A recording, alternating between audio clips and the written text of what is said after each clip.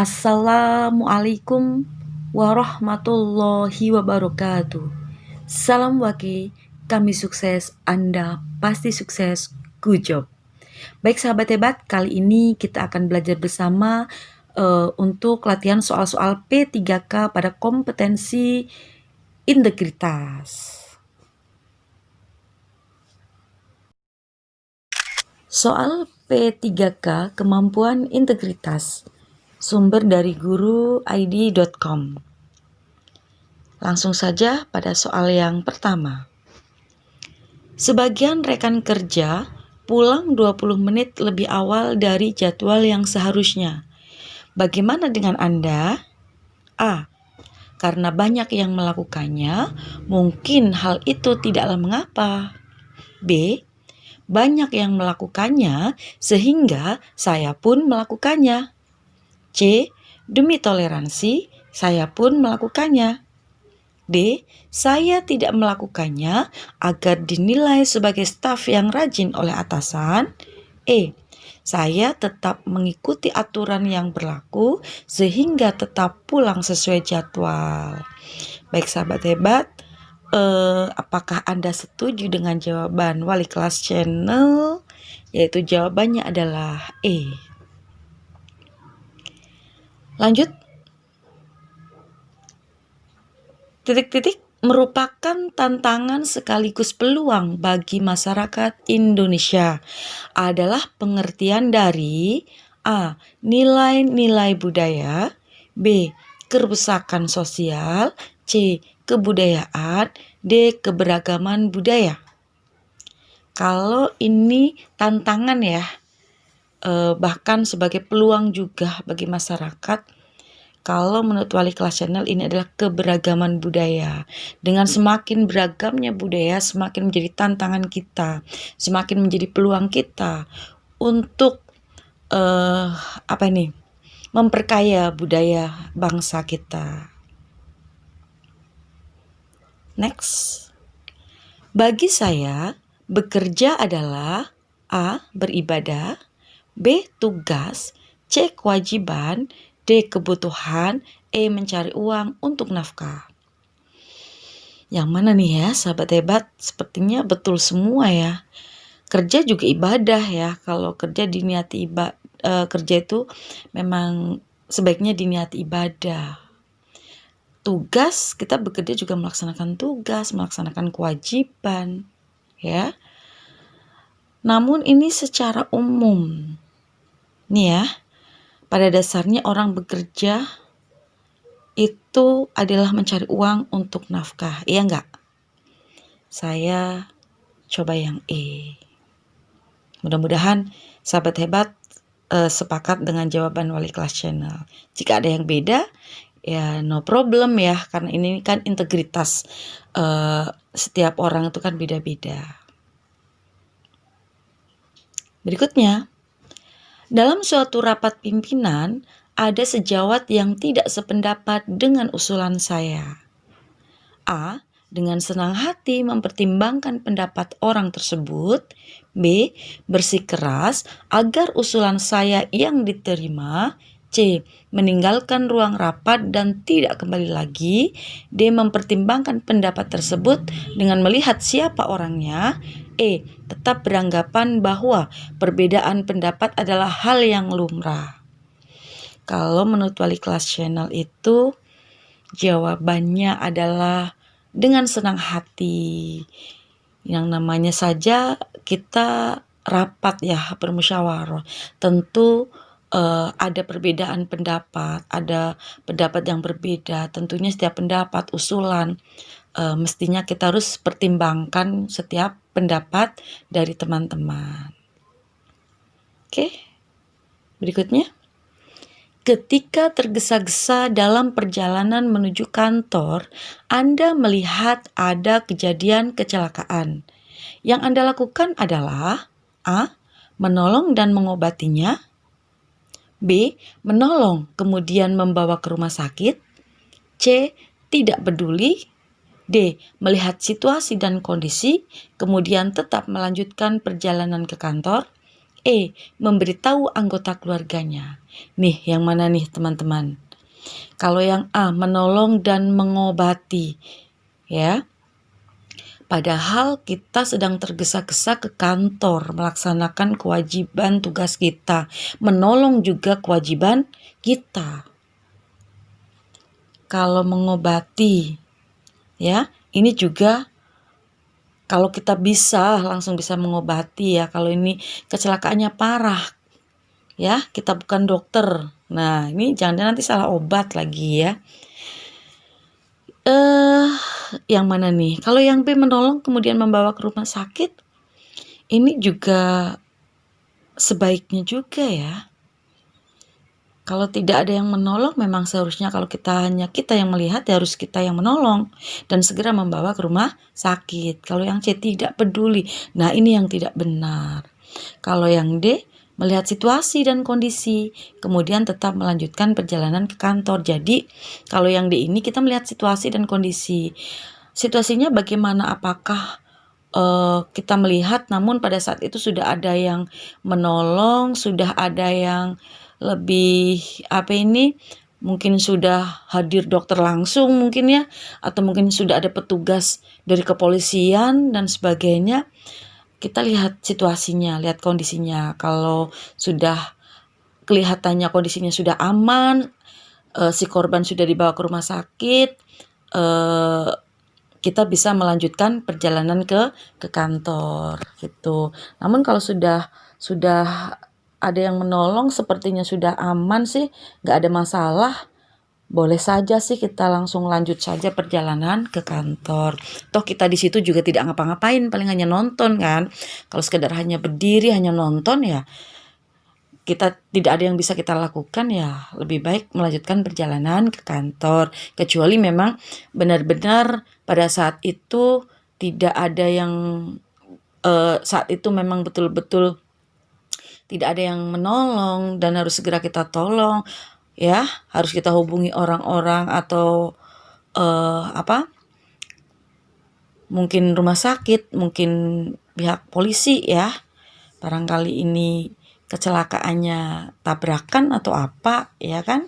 Ini kan berkaitan dengan polisi juga kan. Nah, jadi kalau memang sudah kita lihat situasinya dan kondisinya aman lah, kita melanjutkan perjalanan ke kantor. Kalau E, memberitahu anggota keluarganya, kita kan tidak tahu keluarganya siapa dan bagaimana, harus cari informasi dulu. Seperti itu ya sahabat hebat. Kalau Wali Kelas Channel melihat situasi saja dulu ya. Kita lihat situasinya. Kalau memungkinkan kita harus menolong, harus kita menolong. Kalau sekiranya sudah ada yang menolong, sudah aman, sudah ini, daripada kita nggak ngapa-ngapain hanya sebagai penonton, ya lebih baik kita melanjut perjalanan ke kantor saja. Lanjut ya.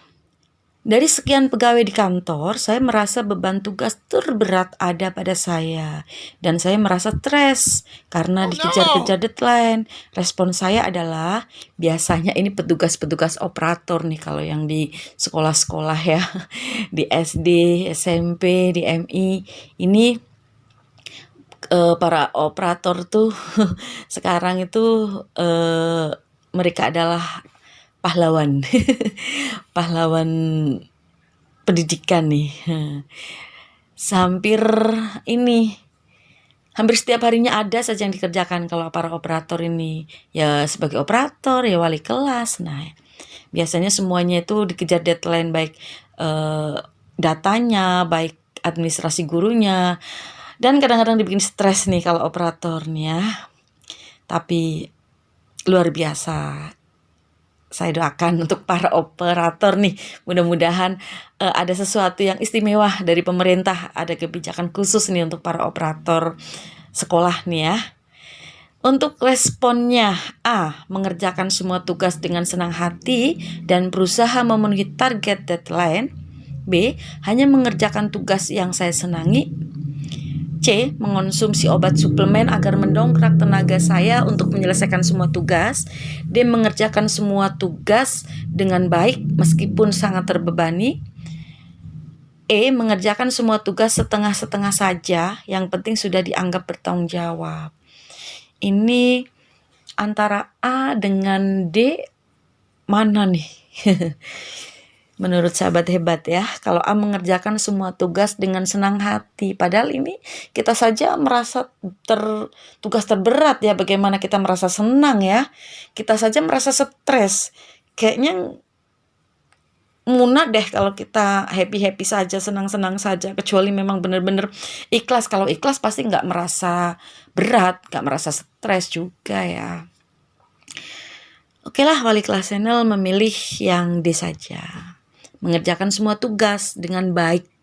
Walaupun kita terbebani, namun kita tetap tanggung jawab melaksanakan tugas dengan baik gitu.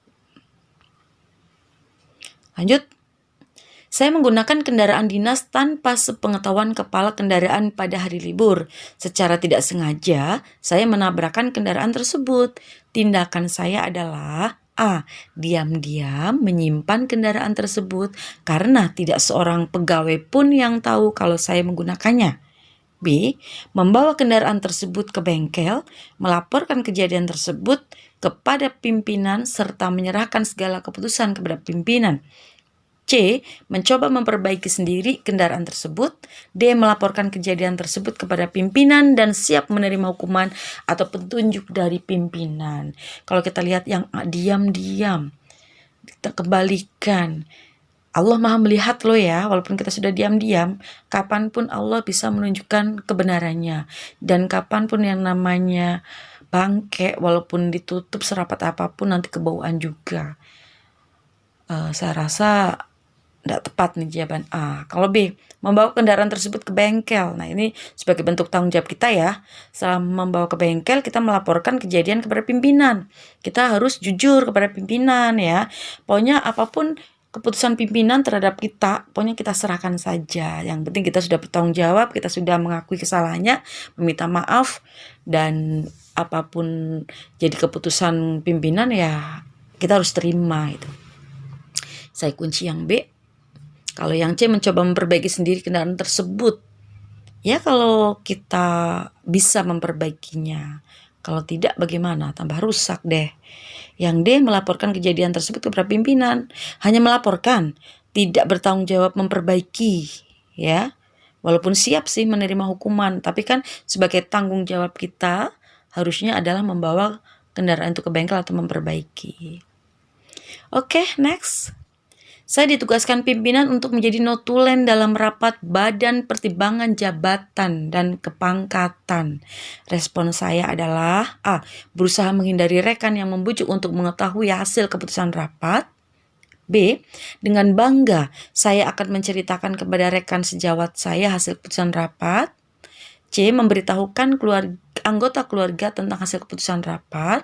D. Memberitahu sahabat saya di kantor tentang hasil keputusan rapat.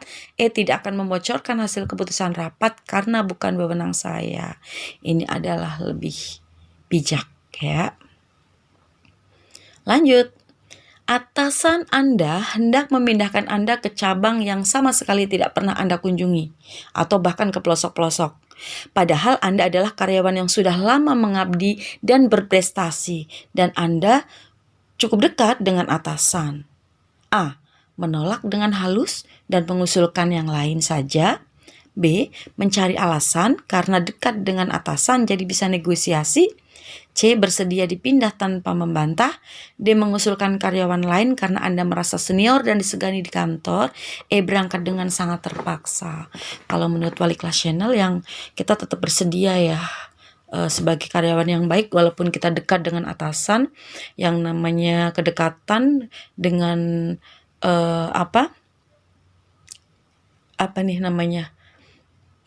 ketakdiman kita terhadap pimpinan ya. Setiap pimpinan memberi keputusan pertimbangan pasti maksudnya memberi keputusan misalnya memindahkan kita pasti ada pertimbangan yang baik ya.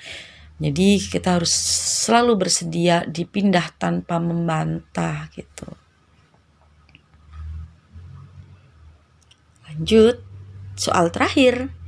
pada akhir dari hari kerja normal, Anda mempunyai suatu pekerjaan yang tak habis-habisnya dan harus selesai tepat waktu. Apa yang Anda lakukan? A. Pulang ke rumah dan menyelesaikan pekerjaan di hari berikutnya. B. Menyelesaikan pekerjaan tapi meminta uang lembur. C. Menanyakan pimpinan apakah ada uang lemburnya. Wow, adakah yang berani seperti itu terhadap pimpinan? Aduh, sepertinya nggak berani ya, walaupun dalam hati mengharapkan, aduh mudah-mudahan ada uang lembur gitu ya, tapi nggak mungkin deh berani. D. Menyelesaikan pekerjaan dengan harapan memperoleh uang lembur. Nah, kalau secara umum mungkin sih. E. Menyelesaikan pekerjaan, tidak peduli ada uang lembur atau tidak.